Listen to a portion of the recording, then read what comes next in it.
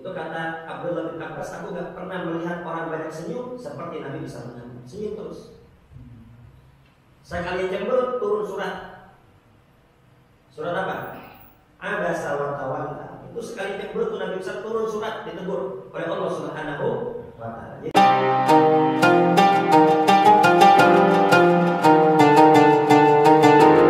Bismillahirrahmanirrahim. Assalamualaikum warahmatullahi wabarakatuh. Waalaikumsalam warahmatullahi wabarakatuh. Alhamdulillah. Alhamdulillahilladzi hadana li hada wa ma kunna linahtadiya laula an hadana Allah. Allahumma shalli ala sayyidina Muhammadin al-Fatih lima ughliqa wal khatim lima sabaq nasiril haqqi bil haqq wal hadi ila siratikal mustaqim wa ala alihi wa sahbihi haqqa qadrihi wa miqdarihi azim. Amma ba'du. Yang saya hormati para orang tua, para sesepuh, para sahabat, mukarram Bapak Haji Syarif, mukarram Bapak Haji Fuad, mukarram Ustaz Asman, mukarram Ustaz Hasbullah, khusus yang saya hormati guru kita mukarram Ustaz Dr. Anas Muhammad Sani, ketua guru kita, dan para orang tua yang hadir, semoga Allah panjangkan umurnya, Allah sehatkan badannya, mengabulkan segala hajat-hajatnya, dan kita semua yang hadir di masjid ini semoga kita semua mendapat ridho Allah, mendapat rahmat Allah. Allah ampuni segala dosa-dosa kita, Allah permudah segala urusan kita, Allah kabulkan segala hajat-hajat kita, baik hajat dunia maupun hajat akhirat. Semoga dijabah oleh Allah Subhanahu wa ta'ala. Yang sakit di antara kita semoga diangkat segala penyakitnya, baik penyakit zahir maupun penyakit batin. Semoga disembuhkan oleh Allah Subhanahu wa ta'ala. Rezeki kita dilancarkan oleh Allah, kehidupan kita diberkahi oleh Allah, putra putri kita dengan putra putri yang soleh wassolehah, dari orang-orang yang takut kepada Allah, ahlul ilm, ahlul ibadah, ahlul khasyah. Dan semoga duduknya kita pada malam ini dicatat oleh Allah sebagai amal soleh yang memudahkan kita untuk masuk ke dalam surga-Nya Allah. Amin. Allahumma amin. Sebelum kita mulai taklim kita, terlebih dahulu kita baca Al-Fatihah untuk ma'rif kita dan untuk guru-guru kita yang sudah mendahului kita. Al-Fatihah dahulu yang Imam Ibn Hajar Al-Asqalani, Syekh Ibn Basrman, Syekh Sulaiman Nuri, wa Syekh Barusan, Syekh Al-Jalani, Ibsyar Tanggul, Bukan Bersih, Murabdul, Hinalah Bin Nabi Musa Musalim, Ibn Awliya Allah, Ta'ala, Orang Ta'asari, Kali Nisya, Ibn Abadina, Mahatina, Jadda, Dibatina, wa khususnya al-Masjid Al-Masjid. Allahumma hidupin hati Allah, wa yarabbin sholah, Nabi Muhammad, sallallahu alaihi Fatihah. Bismillahirrahmanirrahim. Alhamdulillahirabbil alamin, arrahmanir rahim, maliki yaumiddin. Iyyaka na'budu wa iyyaka nasta'in, ihdinas siratal mustaqim, siratal ladzina an'amta 'alaihim, ghairil maghdubi 'alaihim waladdallin. Amin. Bismillahirrahmanirrahim. Qala rahimahullahu ta'ala wa nafa'ana bihi bi ulumihi fid dharain. Amin. Sampailah kita pada hadis ke-181. An Abi Qatadah radhiyallahu anhu qala, dari Abu Qatadah, semoga Allah meridai beliau berkata, karena Rasulullah sallallahu alaihi wasallam yusalli wa huwa hamilul Umamah bint Zainab, fa idza sajada wada'aha wa idza qama hamalaha, muttafaqun alaih. Abu Qatadah radhiyallahu anhu berkata, dulu Nabi besar Muhammad pernah melakukan salat bahwa hamil Umamah bint Zainab. Nabi salat sambil menggendong Umamah binti Zainab. Umamah ini adalah cucu Nabi besar Muhammad sallallahu alaihi wasallam, dari putra beliau, dari putri beliau yang bernama Zainab. Fa idza sajada wada'aha, kalau Nabi mau sujud itu cucunya Umamah ditaruh. Wa idza qama hamalaha, kalau Nabi ingin berdiri itu anaknya, itu cucunya digendong. Jadi kalau sujud ditaruh, kalau mau berdiri diangkatlah. Muttafaqun alaih, hadis riwayat Bukhari wa Muslim.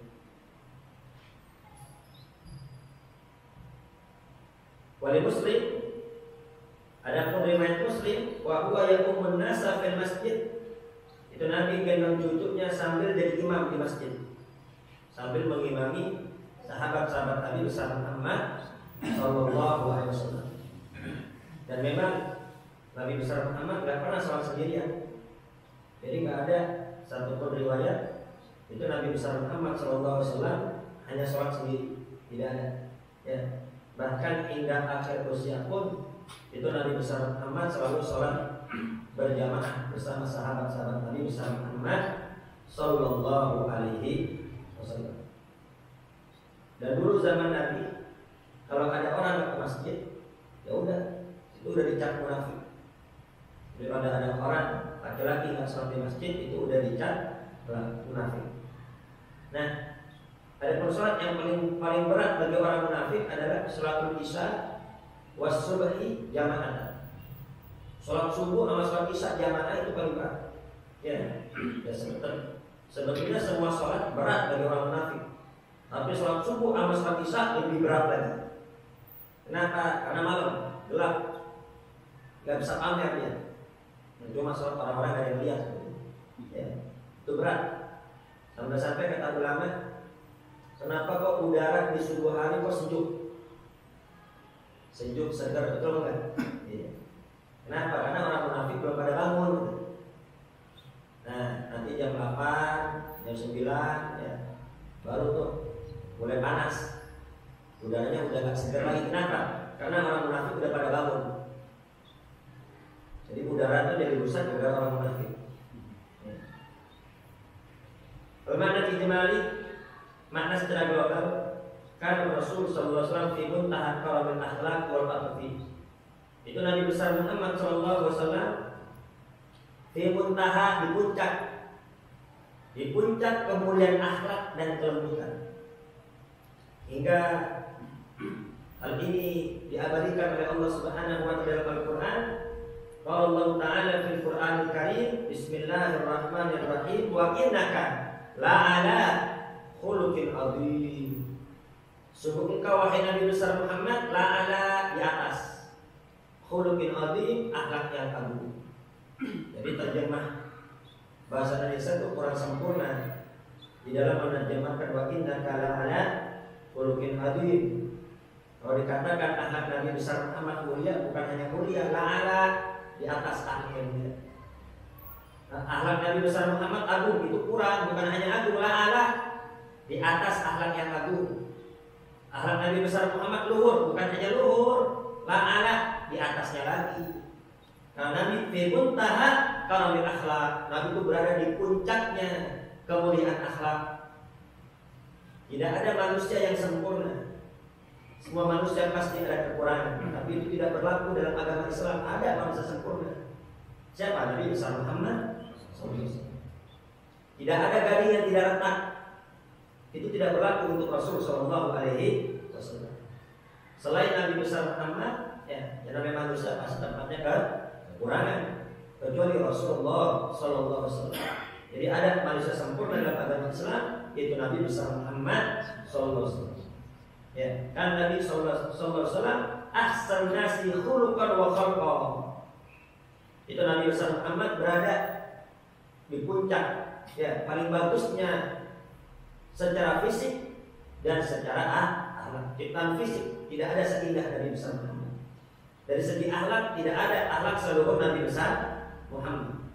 Jadi tidak ada manusia setampan Nabi besar Muhammad. Tidak ada nasab, garis nasab semulia nasab Nabi besar Muhammad. Tidak ada manusia secerdas Nabi besar Muhammad. Tidak ada manusia selembut Nabi besar Muhammad. Tapi meskipun demikian, Allah tidak memuji ketampanan Nabi. Allah juga tidak memuji keilmuan. Yang dipuji oleh Allah adalah akhlak Nabi besar Muhammad sallallahu alaihi wasallam. Ilmunya luar biasa, akhlaknya luar biasa, ketampanannya luar biasa, ibadahnya luar biasa. Tapi ada yang dipuji Allah. Yang dipuji hanya akhlaknya. Pelajaran apa yang dapat kita ambil di sini? Setinggi apapun ilmu seseorang, tapi kalau tidak berakhlak, tidak ada artinya. Demikian pula sebanyak apapun ibadah seseorang, tahajud tiap malam, hatam Quran tiap hari, umrah tiap bulan, haji tiap tahun, tapi sama tetangga gak tegur sapa, dengan saudara putus tali silaturahim, kalau ngomong, kalau bicara nyakitin orang, sia-sia itu semua. Ya, jadi yang dipuji oleh Allah bukan ilmu Nabi, bukan ibadah Nabi. Karena masih tinggi apapun ilmu seseorang, sebanyak apapun ibadahnya, tapi akhlaknya sesama manusia tidak baik, maka itu sia-sia. Kalau bicara ilmu mah nggak ada ilmu yang lebih tinggi dibanding ilmunya iblis. Inna iblisa kana aliman kabira. Iblis itu alim kabir, iblis. Ya. Dan ini diakui oleh malaikat-malaikat Allah.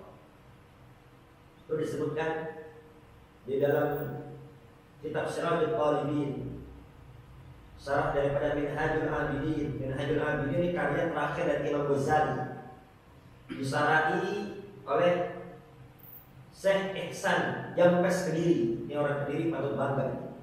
Jadi di dunia nggak ada syarah Minhajul Abidin kecuali ini. Syarahnya Syekh Ihsan Jampes. Ya Allah. Kitab-kitab yang lain syarahnya banyak-banyak. Sahih Bukhari syarahnya banyak. Ya, itu ada perpus penuh kitab semua. Ya, itu orang menyangka itu kitab macam-macam, padahal itu kitab yang macam-macam itu satu syarah Sahih Bukhari. Semua ulama mensyarah.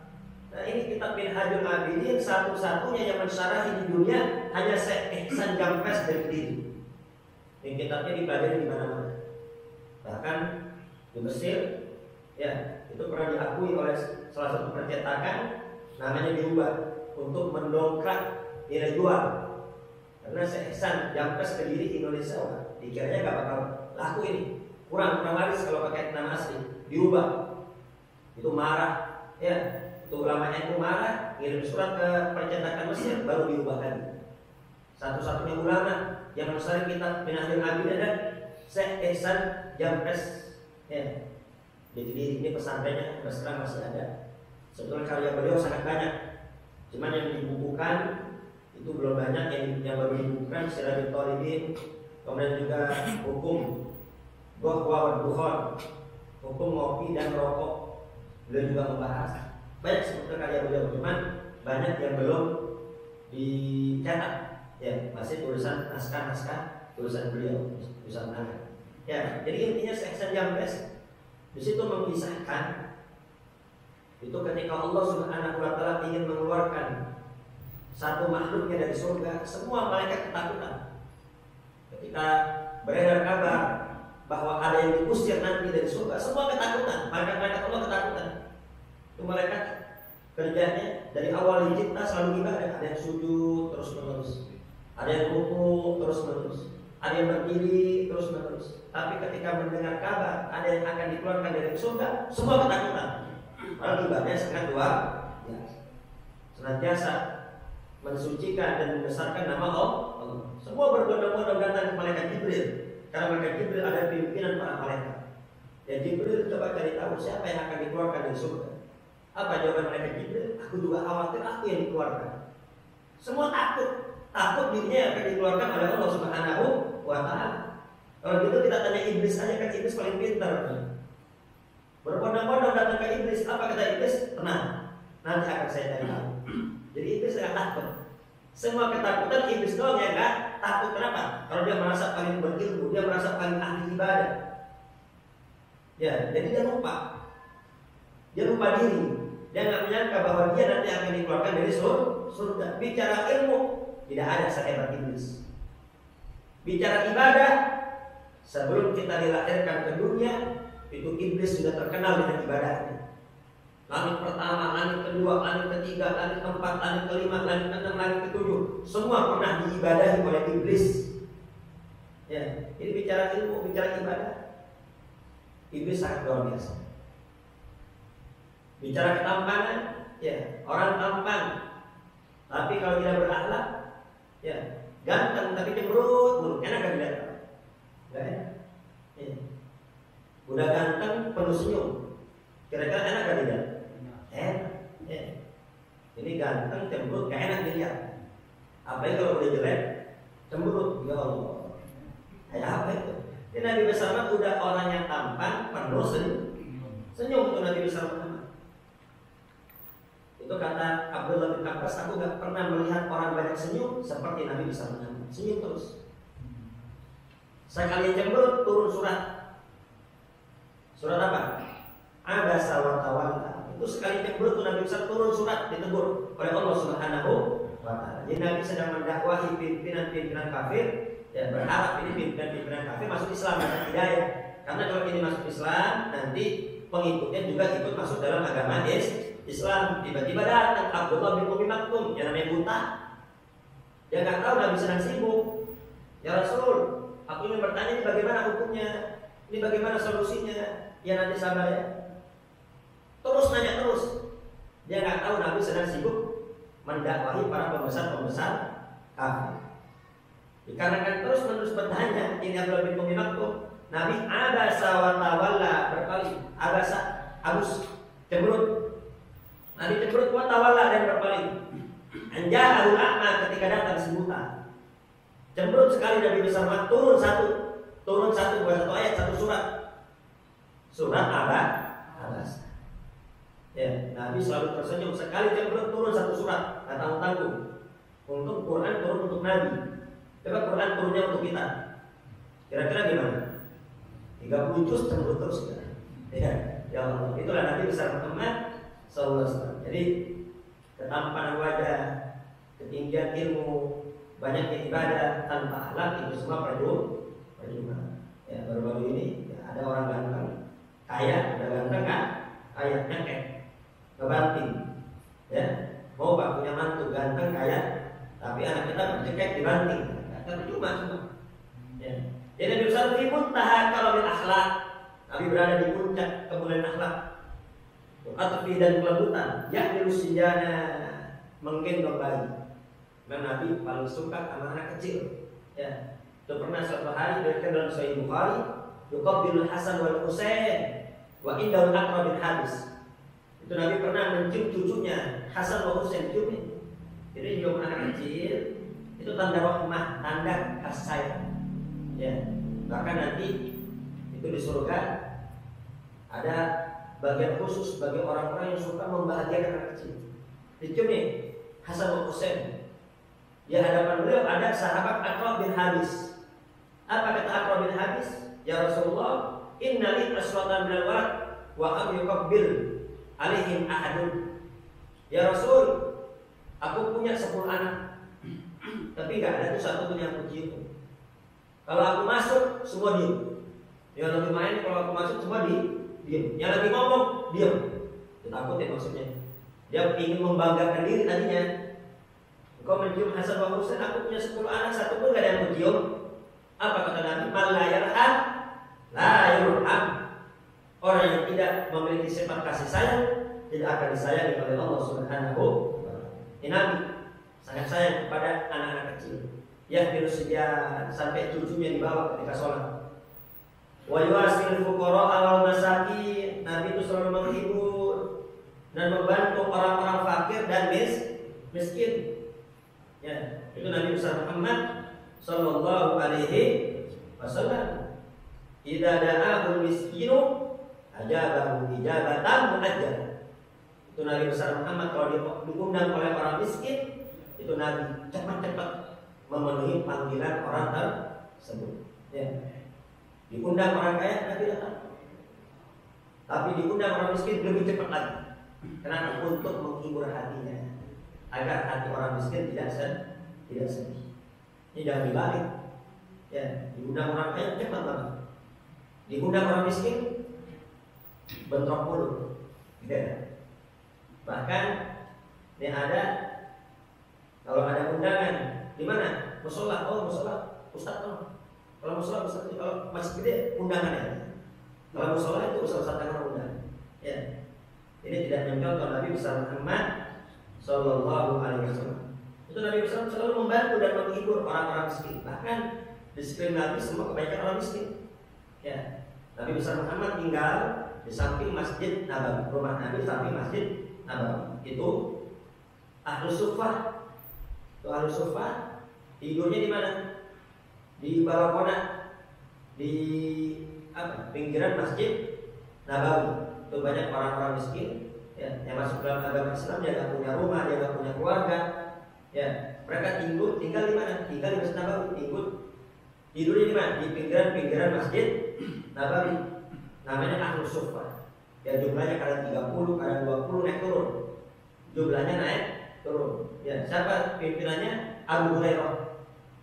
Miskin, nggak punya pekerjaan, nggak punya keluarga, sehari-hari di masjid. Kalau Nabi makan, mereka makan. Kalau Nabi nggak makan, ya mereka nggak makan. Maka itu diatur. Kadang nih, sedang Abu Bakar bawa beberapa orang, Nabi yang tunjuk. Ya Abu Bakar, ini fulan, tanggung makannya, bawa ke rumah makan pagi. Ya Abdurrahman bin Auf, ini fulan, ini ikut kau makan semua. Ya Nabi yang ngatur. Kalau nggak ada makanan, itu nggak ada makanan. Ini pernah suatu malam Abu Hurairah lapar, tapi sahabat-sahabat Nabi kalau nggak dikasih nggak minta mereka. Ya, mereka kalau nggak dikasih nggak minta. Jadi mereka makan itu Nabi yang ngatur. Coba ini diajak makan, Nabi yang ngatur. Nah, pada malam itu Abu Hurairah merasa lapar. Kemudian apa? Habis sholat Isya, dilihat di masjid masih ada sedang Abu Bakar, sedang Umar dan Nabi. Dia nunggu di luar. Ya, datang keluar sedang Abu Bakar As-Siddiq. Keluar sedang Abu Bakar, dia pura-pura nanya, ya Abu Bakar, hukumnya ayat ini apa? Asbabun nuzulnya bagaimana? Ya, padahal dia tahu. Abu Hurairah ya setiap hari belajar sama Nabi, dia tahu. Cuman pura-pura, basa-basi. Harapannya apa? Biar diajak makan. Ya, lapar soalnya. Kalau minta langsung, sahabat-sahabat aziz, mulia sahabat, nggak mau minta. Ya, kalau dikasih tidak menolak. Nah, nanya ayat ini, oh ya asbabun nuzulnya demikian, maksudnya demikian. Udah, ada perlu lagi? Sudah cukup. Ya udah, aku pamit.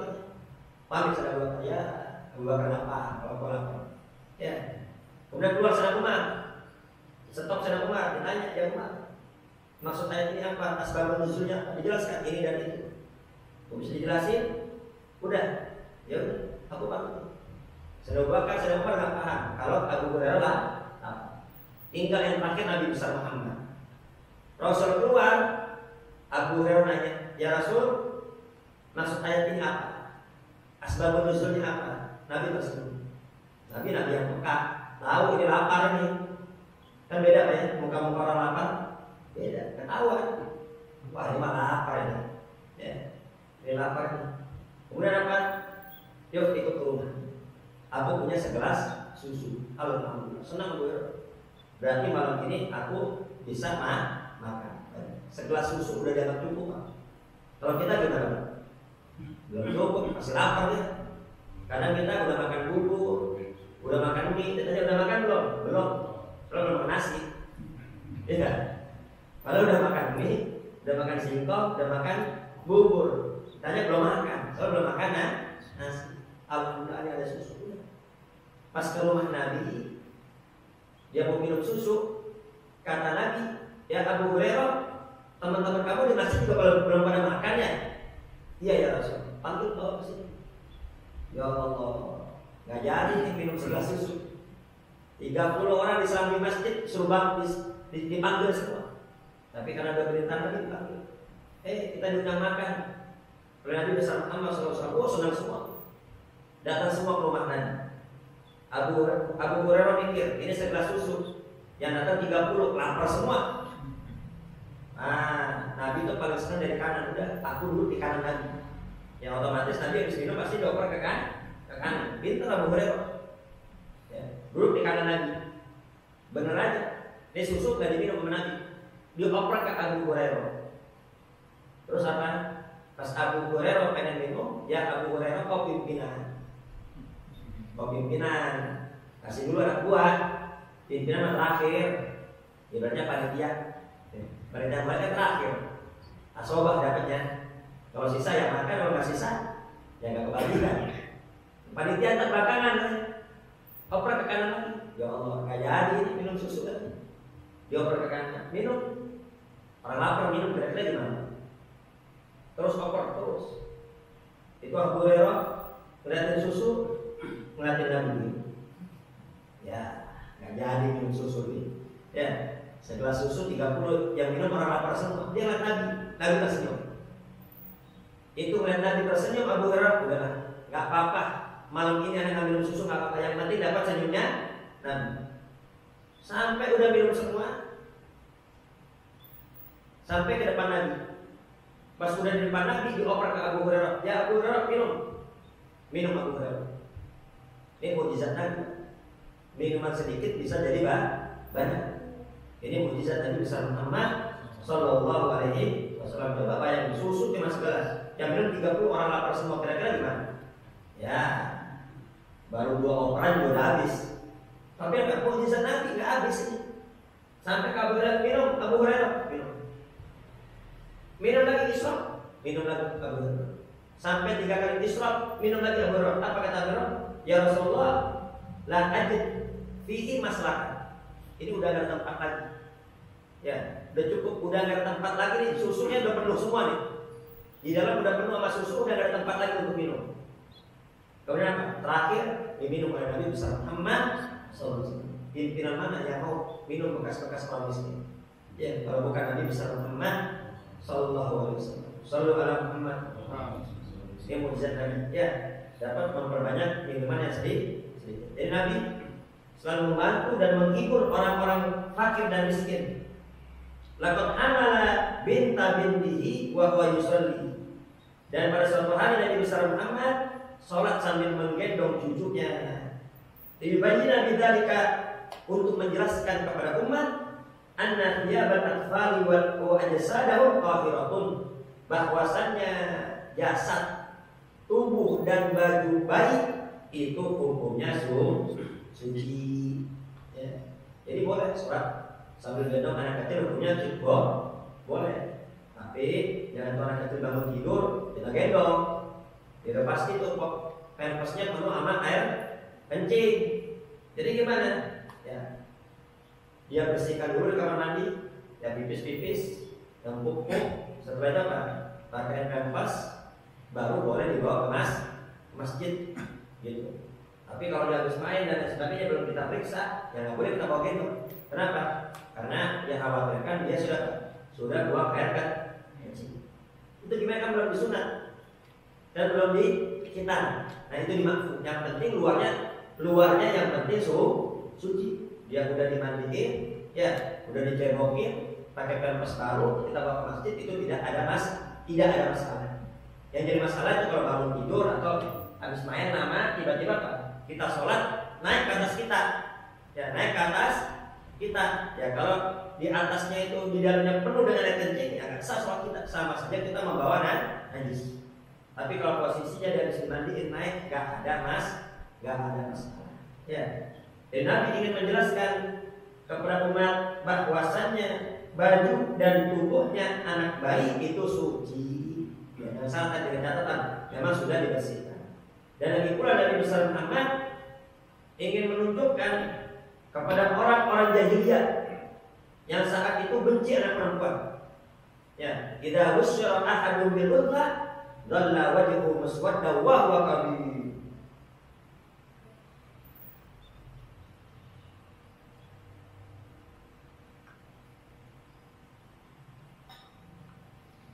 Itu orang-orang Arab apabila diberi kabar telah lahir anak perempuan, dhalla wajhuhu muswaddan wa huwa kadhib, berubah wajahnya menjadi muswaddan, jadi hitam. Orang kalau marah mukanya warna apa? Merah. Ini udah bukan merah lagi, hitam. Ada apa tuh dia? Ya, jadi ini Al-Quran menggambarkan ini udah bukan merah lagi, ini hitam. Bayangin. Apabila diberi kabar telah lahir anak perempuan, marah. Dhalla wajhuhu muswaddan, wajahnya berubah menjadi hitam. Wa huwa kadhib, dan sangat marah. sangat marah dan sangat malu. Dan Nabi besar Muhammad SAW ya ingin mengajarkan kepada umat, laki dan perempuan sama saja. Ya. Jadi mereka yang tadinya merasa hina dengan adanya perempuan itu menjadi terkikis. Ya, itu Nabi SAW bawa tulibat wujudnya bahkan dibawa ketika sholat. Lagi pimpin imam lagi, ya lagi jadi imam lagi, ya sambil menggendong cucunya. Jadi untuk mengikis tradisi-tradisi jahiliyah, ketika lahir anak perempuan mereka marah, mereka malu, lalu dikubur secara hidup. Jadi gimana Nabi mencontohkannya dengan praktek? Cucu perempuan dibawa oleh Nabi besar Muhammad Sallallahu Alaihi Wasallam. Jadi kalau ada orang punya anak yang tanya pertama cewek cowok, jangan, itu jahiliyah. Jadi tanya pertama gimana sehat? Nah, tanya dulu sehat apa tidak? Jangan tanya jenis kelamin. Ini apa? Beli jahiliyah gitu. Ya. Nah kemudian laisa bimahdurin wa anna dukhulahum al-masajid laisa bimahdurin. Dan ini juga menjadi catatan bahwasannya membawa masuk anak kecil ke masjid itu tidak dilarang. Jadi anak kecil ke masjid tidak dilarang.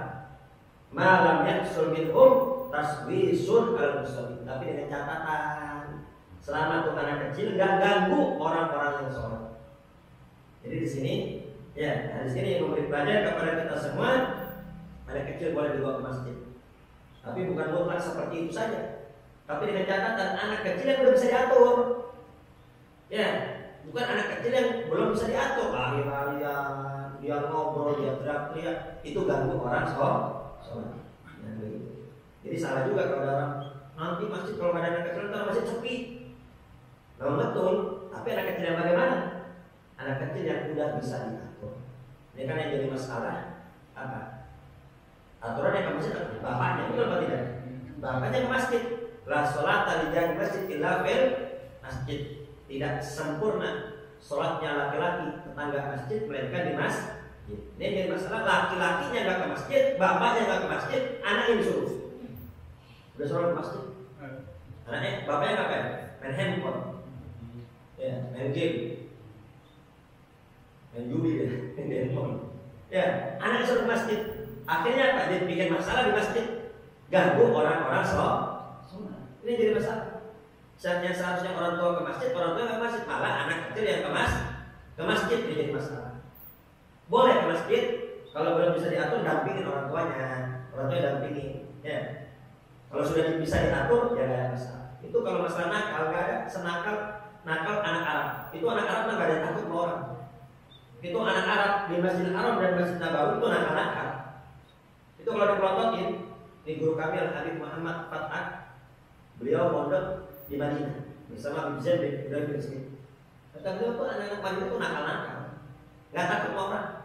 Kita pelototin, dia melototin balik. Itu anak-anak Madinah. Tapi anehnya kalau udah masuk masjid semua dia. Itu yang nakal-nakal kalau udah masuk masjid semua dia diatur. Jadi boleh anak kecil ke masjid, tapi anak kecil yang sudah bisa diatur. Kalau anak kecil yang belum bisa diatur, orang tuanya mendampingi. Kira-kira jelas apa tidak nih? Jelas ya. Baik. Kemudian fiqhul hadis. Pelajaran apa yang dapat kita ambil dari hadis ini? Yang pertama, tawadhu Rasul sallallahu alaihi wasallam as-subyan. Tawadhunya Nabi terhadap anak-anak kecil. Wasail du'afa bi mulatata Fatimah safa wa bi ma'atfi alaihim. Dan tawadhunya Nabi bersama orang-orang lemah, bersama fuqara wal masakin. Jadi Nabi bersama itu sangat senang dengan anak kecil dan sangat senang dengan orang-orang miskin. Bahkan itu Nabi bersama minum dari bekas minuman orang-orang miskin. Ya. Tidak ada yang tawadhu setawadhu Nabi bersama Muhammad sallallahu alaihi wasallam. Yang kedua, jawazu dukhul sibyan al masajid. Boleh hukumnya anak kecil masuk masjid bisyarti, tapi dengan syarat. Apa syaratnya? Allah yuhadditha minhum taswisun atau talwithul masjid. Dengan syarat hendaknya dia tidak mengganggu orang sholat gak berisik, atau talwithul masjid atau mengotori masjid. Ya. Itu kalau yang masih ngompol dan sebagainya, ya hati orang tuanya. Jangan main suruh ke masjid aja, lempasin dulu. Yang lempasin dulu, jangan sembarangan. Ya. Masjid bukan tempat bermain. Nggak apa-apa di masjid. Ya, mau berisi, mau teriak-teriak, ya udah kacau kalau begitu. Ya, masjid tidak ada di bawah. Ya, terutama Jumatan. Ya, kadang khotibnya nih saingan sama teriak-teriakan anak kecil. Nah, itu harus diatur juga. Yang ketiga, jawazul hamlil atfal fi shalat, boleh menggendong bayi di dalam sholat. Tadi catatannya, yang penting sudah dibersihkan. Yang keempat, taharatu thiyabatil atfali wa jasadihi ma lam tadhhar fiha najasatu, suci bajunya anak kecil dan jasadnya selama tidak nampak najis. Pokoknya luarnya suci, udah anggapnya suci. Yang kelima, al-fi'lul qalil fi sholati la yubtiluha, sedikit gerakan di dalam sholat itu tidak membatalkan sholat. Ya, yang penting bukan 3 kali berturut-turut. Kalau gerakan sampai 3 kali berturut-turut, maka itu membatalkan sholat. Ya. Sholat garuk sini, garuk sana. Ada yang begitu. Kalau sampai 3 kali berturut-turut, maka sholatnya batal. Tapi kalau 1, 2 jeda, nah garuk lagi, baru dianggap 1 lagi. Jadi kalau udah 2, diam dulu. Diam durasinya berapa lama? Orang mengucapkan subhanallah, baru boleh garuk lagi. Ya, itu dihitung 1. Ini kadang orang sholat banyak banget gerakannya. Ya, gerak goyang kanan, goyang kiri, goyang depan, goyang belakang, garuk-garuk sembarangan ya. Kecuali garuknya begini, yang gerak jari doang. Ya, ini mau berkali-kali nggak batal. Kenapa? Karena ini bukan anggota tangan, tapi cuma jari-jari. Jadi kalau begini, ini batasan 2. Ya, jelas ya. Kalau cuma begini doang, ini bebas. Ya, tapi meskipun bebas, kalau garuk-garuk terus, itu menunjukkan nggak khusyuk itu. Ya, itu menunjukkan tidak khusyuk. Imam Ali bin Abi Thalib radhiyallahu anhu, ya, dalam kitab Irsyadul Ibad, beliau pernah kena anak panah. Anak panah kan begini ya, dicabut pasti ikut tuh. Itu mau nggak mau kan harus dibedah. Kata Imam Ali, apa? Tunggu aku sholat. Kalau aku sholat nanti bedah, kerjain. Udah sholat Imam Ali. Ketika Imam Ali sholat, dibedah. Pas udah salam, Imam Ali nanya, mana udah dibedah belum? Udah selesai. Baik. Saking enaknya sholat sampai dibedah nggak beres. Kalau kita boro-boro, ya ada nyamuk aja kita, ya ada nyamuk aja kita udah berisik. Ya, inilah dan sahabat-sahabat tadi bersama Muhammad sallallahu alaihi wasallam. Ya, yang keenam, al-af'alu idza ta'addadat wa lam tatawali bal tafarraqat la tubtilu shalat. Gerakan yang banyak meskipun banyak tapi tidak berturut-turut. Nah gitu. Ya, 1, 2 jeda dulu, baru gerak lagi dihitung 1. Yang penting tidak berturut-turut, ada durasi. Maka itu tidak membatalkan sholat. Waktu udah sih. Berapa menit? 2 menit? 5. Baik, 5 menit lagi. Hadis yang ke-182. An Abi Hurairah radhiyallahu anhu qala, dari Abu Hurairah semoga Allah meridhai beliau berkata, qala Rasulullah sallallahu alaihi wasallam, telah bersabda Nabi besar Muhammad sallallahu alaihi wasallam, uqtulul aswadaini fi shalah, bunuhlah 2 hitam di dalam sholat. Apa itu maksudnya? Al-hayyat al-aqrab, ular dan aqrab kalajengking. Akhrajahu al-arba'ah. Hadis ini dikeluarkan oleh Imam yang 4, disahihkan oleh Ibnu Hibban. Al-makna ijmali, makna secara global, al-hayyatu adu lil insan. Ular itu, ya, itu sangat membahayakan untuk manusia. Ya, demikian pula kalajengking. Ya. Itu kalajengking, buntutnya itu mengandung racun. Itu kalau sudah menyengat, ini bisa membahayakan manusia. Intinya ular dan kalajengking ini binatang yang sangat membahayakan. Tidak kana jazaa'u al-qatlu li'idha halil insan wa fi shalah. Dikarenakan ini binatang 2 ini binatang yang sangat mematikan, sangat berbahaya untuk manusia, maka boleh dibunuh meskipun dalam sholat. Sampai kata tadi meskipun dalam sholat. Hafizunallahu min al-a'da wa waqana syarda. Semoga Allah Subhanahu wa taala menjaga kita semua dari gangguan-gangguan binatang ini, ya, dan menyehatkan kita semua. Amin. Allahumma. Fikih hadis dari ayat ini adalah, dari hadis ini adalah yang pertama, talabud daf'id darar an-nafsi walau al-salat.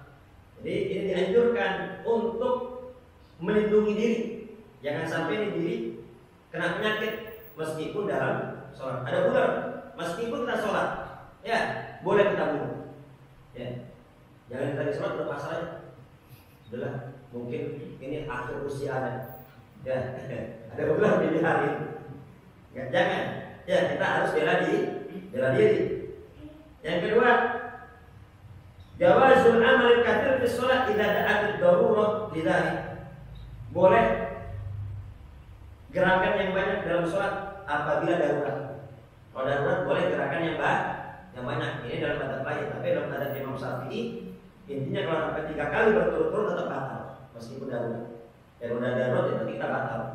Ya, tapi kalau dalam madhab Imam lain, kalau bunuh ular sama kalajengking meskipun gerakan banyak dalam sholat itu termasuk darurat dan termasuk tidak membatalkan sholat. Ini menurut madhab lain.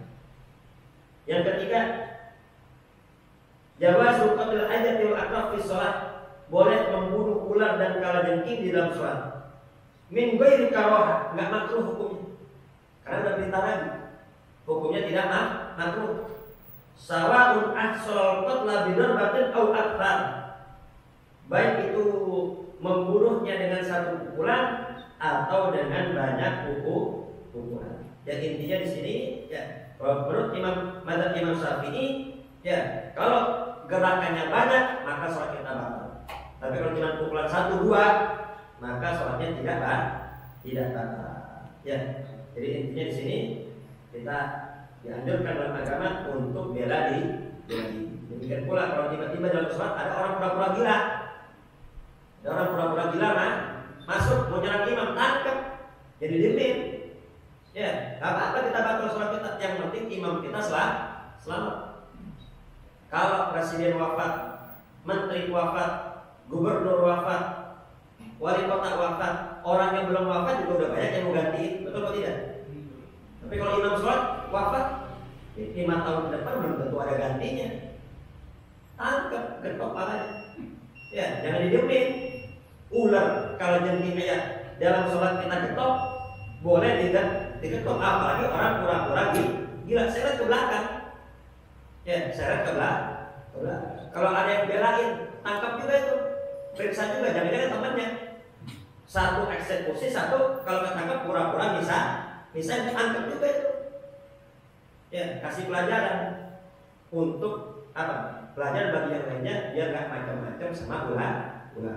Ada-ada aja. Masa gila tahu target, si targetnya pasti ular. Nggak pernah targetnya polisi, targetnya apa? Menteri, nggak pernah. Kenapa kok targetnya selalu ular? Ya, saya dijaga di ceramah itu almarhum. Ya. Nama Ali Jalan Abidin. Ya, itu dibunuh ketika mau sholat subuh. Sedangkan Umar bin Khattab radhiyallahu anhu dibunuh ketika jadi imam subuh. Itu udah dari dulu sejarah. Makanya kalau entar tiba-tiba ada yang pura-pura gila dengan ulama, meskipun dalam sholat tangkap, eksekusi di belakang. Ya, ularnya tangkap apalagi semoga kita semua dijaga oleh Allah Subhanahu wa taala, khususnya para ulama-ulama kita senantiasa semoga dalam perlindungan Allah, dipanjangkan umurnya, disehatkan badannya. Amin. Allahumma amin. Al-Fatihah.